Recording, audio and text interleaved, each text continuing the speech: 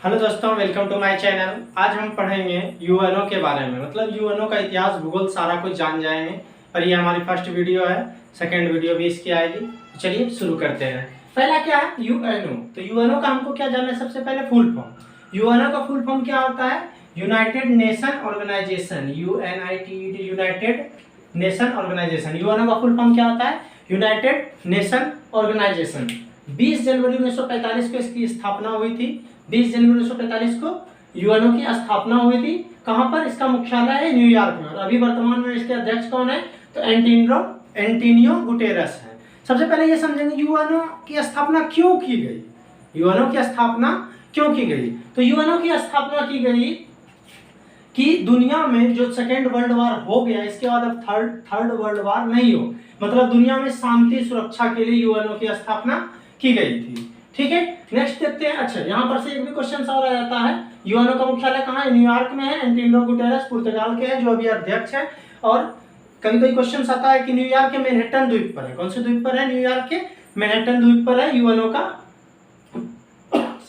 मुख्यालय। कहाँ है? न्यूयॉर्क के मैनहट्टन द्वीप पर। और इसको जब इसका जो कभी कोई क्वेश्चन आता है 17 एकड़ में इसका मुख्यालय फैला हुआ है, तो इसका जमीन क्या दिया था? तो John D Rockefeller. General question से कोई मतलब नहीं है। ठीक है, नेक्स्ट क्वेश्चन आता है। अच्छा, यूएनओ की स्थापना क्यों की गई है? तो आप समझ गए कब की गई थी। तो 24 अक्टूबर 1945 ईस्वी को की गई थी यूएनओ की स्थापना। और इसलिए किया गया था कि मतलब विश्व में अब तृतीय world war, third world war नहीं हो। मतलब विश्व में क्या हो? सुरक्षा बनी रहे। और ये कब हुआ था? जब हम लोग जानते हैं सेकेंड वर्ल्ड वार जो हुआ था, दूसरा विश्व युद्ध जो हुआ था 1939 से 1945 में हुआ था। और 1945 में क्या किया था? अमेरिका ने जापान के हिरोशिमा और नागासाकी पर 6 अगस्त, आप लोग को याद होगा, 6 अगस्त और 9 अगस्त को लिटिल बॉय और फैटमैन नामक 2 परमाणु बम गिरा दिए थे। और उसके बाद अमेरिका का तेजपन देखिए क्या किया वो, कि यूएनओ का स्थापना कर लिया कि अब कोई भी देश एक दूसरे से, मतलब अब कोई भी देश नहीं आपस में लड़े उड़े। इसीलिए क्या किया? यूएनओ का स्थापना कर दिया। चलिए ठीक है, यूएनओ में अभी टोटल सदस्य देश जो है 193 है। और 5 गो इसमें अस्थायी सदस्य है। यूएनओ क्या है? यूएनओ में 5 गो अस्थायी सदस्य है और 10 अस्थायी सदस्य है। क्लियर है? नेक्स्ट देखते हैं। तो यूएनओ में अस्थायी कौन कौन से देश हैं? तो यूएनओ में अस्थायी कौन कौन से हैं? अमेरिका में तो इसलिए अमेरिका होगा ही। अच्छा, उस टाइम ब्रिटेन, समझ रहे हैं? उस टाइम ब्रिटेन को, ब्रिटेन वाले बोलते थे क्या, हमारे देश में कभी भी सूर्य नहीं डूबता। कहने मतलब क्या, उसका बहुत बड़ा एरिया में वो कब्जा किए हुए थे। तो अमेरिका हो गया, ब्रिटेन, एगो बगल में चीन, जान ही रहे हैं, फ्रांस और रूस। अमेरिका, ब्रिटेन, चीन, फ्रांस और रूस, ये क्या है? 5 अस्थायी सदस्य हैं। ठीक है, और भाषा की अगर हम बात करें, तो 6 भाषा है यूएनओ के लैंग्वेज में। मतलब 6 भाषा है। कौन कौन से है?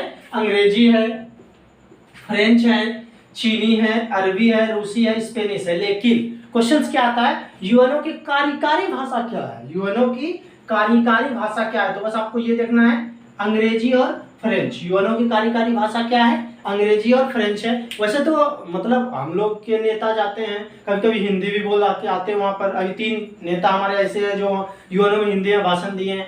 पहले है ये नरेंद्र मोदी हैं, सॉरी, पहले थे अटल जी, उसके बाद नरेंद्र मोदी हैं और सुषमा स्वराज है। ये तीनों क्या है? यूएनओ में हिंदी में भाषण दिए हैं। किसी में भाषण दिए हैं? हिंदी में भाषण दिए हैं यूएनओ में। ठीक है, तो इधर आते हैं। अच्छा, यूएनओ का जो है 6 गो महत्वपूर्ण अंग है। यूएनओ में 6 गो महत्वपूर्ण अंग है। तो कौन कौन से? चलिए देखते हैं। पहला है न्यास परिषद। इसको ज्यादा कुछ दिमाग नहीं लगाना है। न्यास परिषद में क्या होता है कि मतलब अर्निंग, यूएनओ को अर्निंग कहाँ से मिलेगा? यूएनओ के पास पैसा जो आएगी वो कहाँ से आएगी? तो न्यास परिषद वो क्या करता है? जितने भी सेक्रेटरी देश है, जितने भी इसमें देश हैं यूएनओ में, सारे क्या करते हैं? कुछ ना कुछ थोड़ा बहुत उसमें पैसे को देते हैं। तो भारत तो अभी बहुत कम ही 1.5% ओनली यूएनओ को पैसा दिया करता है। नेक्स्ट क्या है? महासभा। देखिएगा ये महासभा के द्वारा ही कोई भी कानून लाया जाता है। तो महासभा में अभी टोटल 193 देश हैं। और महासभा को हम लोग बहुत इंपॉर्टेंट क्वेश्चंस लघु सांसद बोलते हैं। महासभा को हम लोग क्या बोलते हैं? लघु सांसद बोलते हैं। और इसके अध्यक्ष का जो कार्यकाल होता है वो 1 साल का होता है। महासभा को हम लोग क्या बोलते हैं? लघु सांसद। बहुत इंपॉर्टेंट क्वेश्चन है। बोला जाता है लघु सांसद किसे बोलते हैं? तो महासभा को क्या बोलते हैं? लघु सांसद बोलते हैं। और इसके अध्यक्ष का जो कार्यकाल होता है वो कितने वर्ष का होता है? 1 वर्ष का होता है। नेक्स्ट क्वेश्चन आते हैं बहुत ही इंपॉर्टेंट, सुरक्षा परिषद। सुरक्षा परिषद को क्या बोला जाता है? दुनिया का पुलिसमैन बोला जाता है। ये भी इंपॉर्टेंट क्वेश्चन है। दुनिया का पुलिसमैन किसे बोला जाता है? तो सुरक्षा परिषद को बोला जाता है। ठीक है। सुरक्षा परिषद में 15 सदस्य होते हैं। सुरक्षा परिषद में कितने सदस्य होते हैं? तो 15 सदस्य होते हैं। 10 अस्थायी होते हैं और 5 गो अस्थायी होते हैं। 10 अस्थायी और 5 गो अस्थायी। तो भारत तो अस्थायी देश है भी नहीं। देखिए अमेरिका, ब्रिटेन, चीन, फ्रांस, रूस, ये क्या है? अस्थायी देश है। लेकिन भारत अस्थायी देश नहीं है, अस्थायी देश है भारत। तो अस्थायी देश के तरफ से जो अध्यक्ष होता है उसका कार्यकाल कितने साल का रहता है? 2 साल का कार्यकाल रहता है। सुरक्षा परिषद में जो अध्यक्ष होता है वो अस्थायी का, उसका कार्यकाल कितने का रहता है? 2 वर्ष का रहता है। नेक्स्ट है अंतर्राष्ट्रीय न्यायालय। अगला क्या है?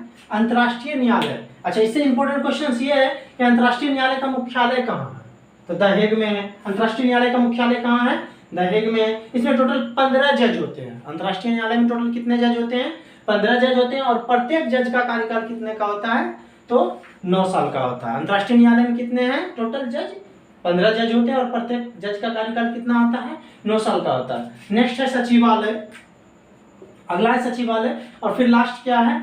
सामाजिक और आर्थिक परिषद। सामाजिक और आर्थिक परिषद ये भी इंपॉर्टेंट है।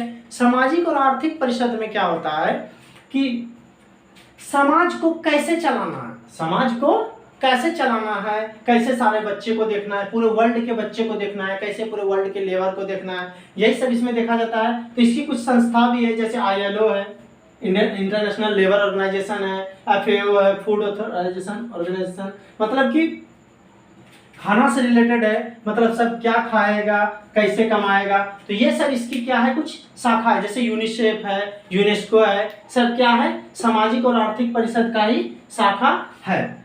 नेक्स्ट बात करते हैं, एक आता है कि सुरक्षा परिषद में जो अस्थायी देश है, 5 अस्थायी देश है, आप लोग को बताए हैं।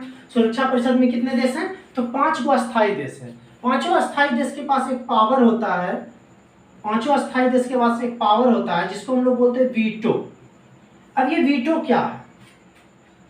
वीटो क्या है, पहले ये समझिए कि यूएनओ जिस समय बना तो उसमें कुछ नियम आए कि कोई भी 2 देश मिलकर तीसरे देश को नहीं सता सकता है, मतलब नहीं डरा सकता है, उस पर आक्रमण नहीं कर सकता है। तो ये सब क्या है? नियम है। तो इसीलिए कभी ऐसा भी देखते होंगे कि ऐसा अगर होता ना कि 2 देश मिलकर तीसरे देश को डरा सके, तो उधर से पाकिस्तान भी भारत पर कब्जा कर सकता था, इधर से चाइना भी भारत पर कब्जा कर सकता था। तो ऐसा कुछ रूल है ही नहीं। नेक्स्ट क्या है? वीटो पावर क्या होता है?